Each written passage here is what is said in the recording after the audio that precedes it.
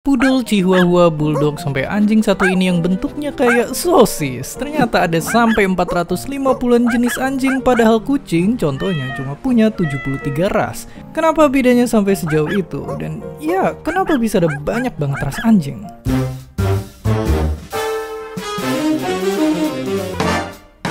Jadi singkatnya, ini gara-gara anjing itu dijinakin buat ngelakuin macam-macam tugas. Mulai dari ngejaga ternak, ngamanin tempat tinggal, sampai jadi teman berburu.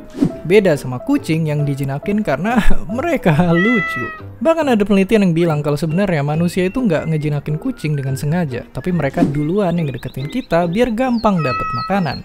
Jadi ternyata sejak dulu mereka udah jadi majikan. Nah, karena imut dan bisa ngebunuh hama, mereka dibiarin tinggal dan lama-lama dipelihara. Terus selain itu, anjing juga udah dibiakin jauh sebelum kucing, makanya mereka punya waktu lebih lama buat jadi macam-macam jenis. Tapi seberapa beda anjing zaman sekarang sama zaman nenek moyangnya?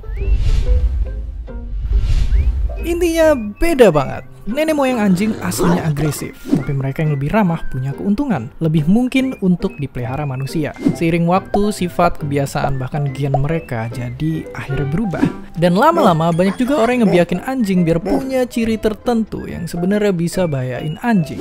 Misalnya anjing satu ini, dia rentan kena masalah pernapasan gara-gara bentuk wajahnya pipih jadi saluran napasnya sempit. Atau anjing ini, yang dibalik wajah lucu dan kecilnya rentan kena tumor otak. Soalnya otaknya kegedean buat tengkoraknya yang kecil.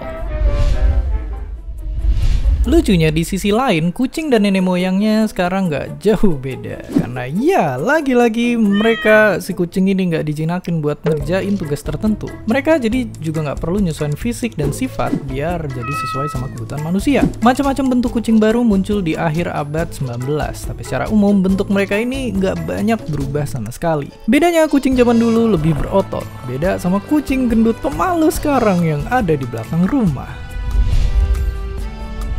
Setelah anjing dan kucing, manusia modern gak mau kalah. Kita mau nyoba ngejinakin binatang liar lain, yakni rubah.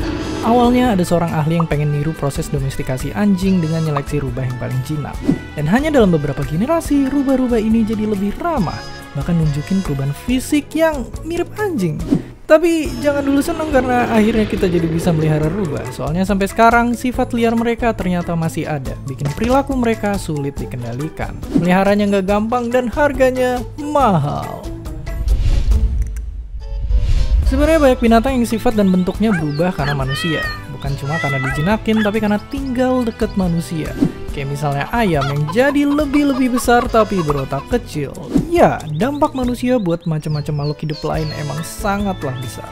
Jadi pertanyaannya, kalian tim anjing atau tim kucing? Dan seperti biasa, terima kasih.